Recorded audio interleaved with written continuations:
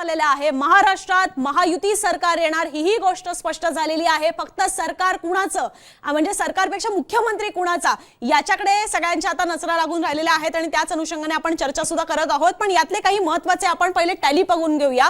काय नेमका निकाल लागलेला आहे महाराष्ट्रातल्या विधानसभा निवडणुकांचा। महायुती 221 घवघवीत बहुमत, एक दणदणीत बहुमत ज्याला आपण म्हणतो ते महायुतीला मिळालेलं आहे। तर महाविकास आघाडी अवघ्या 54 जागांवर अडकलेली आहे। अतिशय निराशाजनक किंवा एम्बॅरेसिंग सिच्युएशन आपण ज्याला म्हणतो ती महाविकास आघाडीसाठी आलेली आहे आणि इतर सुद्धा 13 जण याच्यामध्ये निवडून आलेले आहेत। महायुतीचं सरकार स्पष्टपणे आलेलं आहे, पण महायुतीमध्ये सुद्धा कोणाचा कसा परफॉर्मन्स राहिलेला आहे तर भाजप 126 जागा मिळालेल्या आहेत, आतापर्यंतचा त्यांचा बेस्ट महाराष्ट्रातला परफॉर्मन्स। त्याच सोबत शिवसेना सुद्धा 54, एकट्या एकनाथ शिंदेनी 2019 चे आमदार जे आहेत ते बरोबरीला आणलेले आहेत, 56 तेव्हा निवडून आलेले होते, आता एकनाथ शिंदेनी 54 आणलेले आहेत आणि दादांच्या सुद्धा राष्ट्रवादीने लोकसभेपेक्षा बेटर परफॉर्म केलेलं पाहायला मिळतंय। 38 आमदार हे सुद्धा दादांच्या राष्ट्रवादीचे आलेले आहेत, शरद पवारांपेक्षा सुद्धा जास्त आमदार दादांनी निवडून आणलेले आहेत। आता हेच आपण महाविकास आघाडीचं पाहिलं तर काँग्रेस अतिशय एम्बॅरेसिंग परफॉर्मन्स आहे। 104 लढवून अवघ्या 19 जागा या काँग्रेसच्या निवडून आलेल्या आहेत आणि भले भले पराभूत झालेले आहेत। अनेक जण पिछाडीवर सुद्धा गेलेले आहेत। काँग्रेसचे बडे नेते अगदी थोरात असतील किंवा पटोले सुद्धा असतील, सगळे जण पिछाडीवर गेलेले आहेत। शिवसेना युबीटी सुद्धा 19 जागांवर आलेली आहे। प्रचंड दोघांमध्ये भांडणं झाली, माध्यमांच्या समोर येऊन एकमेकांचे उणीधुणी काढायला लागलेले होते। सगळ्या गोष्टींचा फटका महाविकास आघाडीला बसताना पाहायला मिळतोय आणि राष्ट्रवादी शरदचंद्र पवार ज्यांची एक प्रकारे लाट येते की काय असं म्हटलं जात होतं, त्यांच्या अवघ्या 13 जागा येताना आपल्याला पाहायला मिळतात। त्यांनी सुद्धा 85च्या घरामध्ये जागा लढवलेल्या होत्या। महाविकास आघाडीसाठी प्रचंड एम्बॅरेसिंग सिच्युएशन तयार झालेली आहे। आता हा निकाल अशा पद्धतीने का लागला याची सुद्धा कारण समजून घेणं गरजेचं आहे। त्यातलं सगळ्यात प्रमुख कारण ज्याची चर्चा होते ती म्हणजे महाराष्ट्रातली मुख्यमंत्री माझी लाडकी बहीण योजना। सुरुवातीला भले एकमेकांमध्ये त्याचा श्रेयवाद जरी रंगलेला असला तरी सुद्धा भाजप शांत राहिली, दादांना दादांच्या पद्धतीने श्रेय घेऊ दिलं, शिंदेना शिंदेच्या पद्धतीने श्रेय घेऊ दिलं, पण तरी सुद्धा लाडकी बहीण योजनेमधनं फारसे नंतर वादविवाद न करता निवडणूक पुढे गेल्यामुळे जास्तीचे हप्ते देऊन महिला मतदार जे आहेत ते महायुतीकडे ओढण्यामध्ये इथे महाराष्ट्रामध्ये महायुतीला चांगलं यश आलेलं आपल्याला पाहायला मिळतंय। लाडक्या बहिणींनी चांगले एक प्रकारे रिटर्न गिफ्ट हे महायुती सरकारला दिलेलं आहे, तिन्ही भावांना एक प्रकारे तरलेला आहे असं आपण म्हणू शकतो। त्याच सोबत मराठा आणि जरांगे फॅक्टर सुद्धा फेल झालेला आहे हे आपल्याला पाहायला मिळतं। मराठवाड्यामध्ये लोकसभा निवडणुकांमध्ये जो एक प्रकारे फटका, मेजर फटका महायुतीला बसलेला होता, 8 पैकी अवघी 1 जागा निवडून आलेली होती।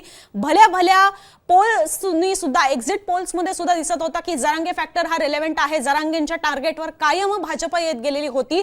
पण लोकसभेपेक्षा बरोबर उलटी परिस्थिती आपल्याला आता विधानसभा निवडणुकांमध्ये पाहायला मिळते की महायुतीने महाविकास आघाडीपेक्षा तिथे सुद्धा मराठवाड्यामध्ये सुद्धा लीड घेतलेली आहे आणि परिणामी जे मराठा आरक्षणाभोवती सगळं वातावरण तयार झालेलं होतं, जरांगे फॅक्टरचा जो बोलबोला म्हटला जात होता तो सुद्धा मुद्दा या निवडणुकांमध्ये फेल गेलेला आपल्याला पाहायला मिळते। अजून सुद्धा जरांगेंची याच्यावर प्रतिक्रिया आलेली नाहीये। याच सोबत खरी शिवसेना आणि खरी राष्ट्रवादी कोण याचा सुद्धा निकाल लागलेला आहे, कारण की शिंदे असतील नाही तर दादा असतील, दोघांनीही ठाकरे आणि शरद पवारांपेक्षा बेटर परफॉर्म केलेलं पाहायला मिळतंय। महाराष्ट्राच्या जनतेने दादांच्या राष्ट्रवादीला आणि शिंदेच्या शिवसेनेला एक प्रकारे पसंती दिलेली आहे, हे सुद्धा याच्यामध्ये अधोरेखित करायला हवं। त्याच पद्धतीने ही सगळी जी कारणं आहेत ती महायुतीला एक घवघवीत यश आणण्यामध्ये महत्त्वाची ठरलेली आहेतच, पण त्याच पद्धतीने विदर्भ आणि मराठवाडा इथे सुद्धा भाजपने सरशी केलेली आहे।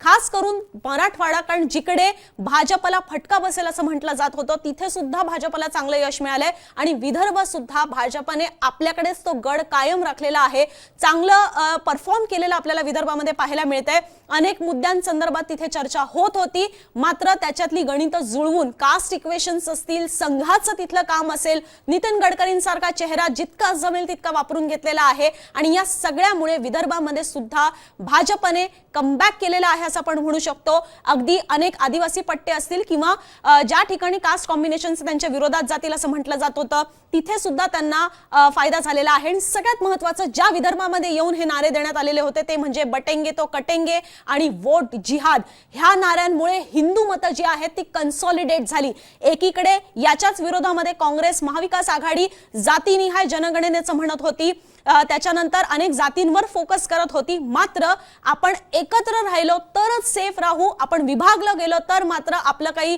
खरं नाही, हा जो प्रचार बटेंगे तो कटेंगे यामार्फत करण्यात आलेला होता तो सुद्धा कुठेतरी भाजपाच्या कामाला आला.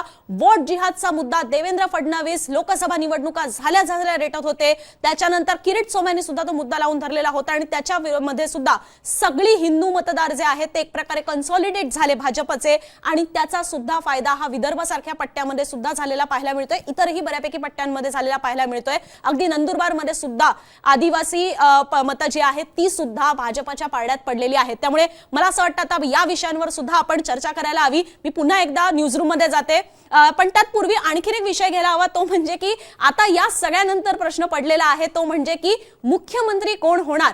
शिंदे पुन्हा एकदा मुख्यमंत्री होणार की आता 126 एवढा आकडा घेतल्यानंतर, एवढे आमदार आल्यानंतर, आतापर्यंतचा बेस्ट परफॉर्मन्स महाराष्ट्रामध्ये भाजपने दिल्यानंतर भाजपकडे मुख्यमंत्री जाणार का. भाजपकडे गेल्यानंतर ते कुणाकडे जाणार. देवेंद्र फडणवीस पुन्हा महाराष्ट्रात येणार की यावेळेला इतर राज्यांप्रमाणे भाजप इथे सुद्धा एक शॉक फॅक्टर देणार, हे पाहणं सुद्धा महत्त्वाचं असणार आहे. माझ्या मते न्यूजरूम मधनं आपण हर्षदासोबत ही चर्चा पुढे नेऊयात.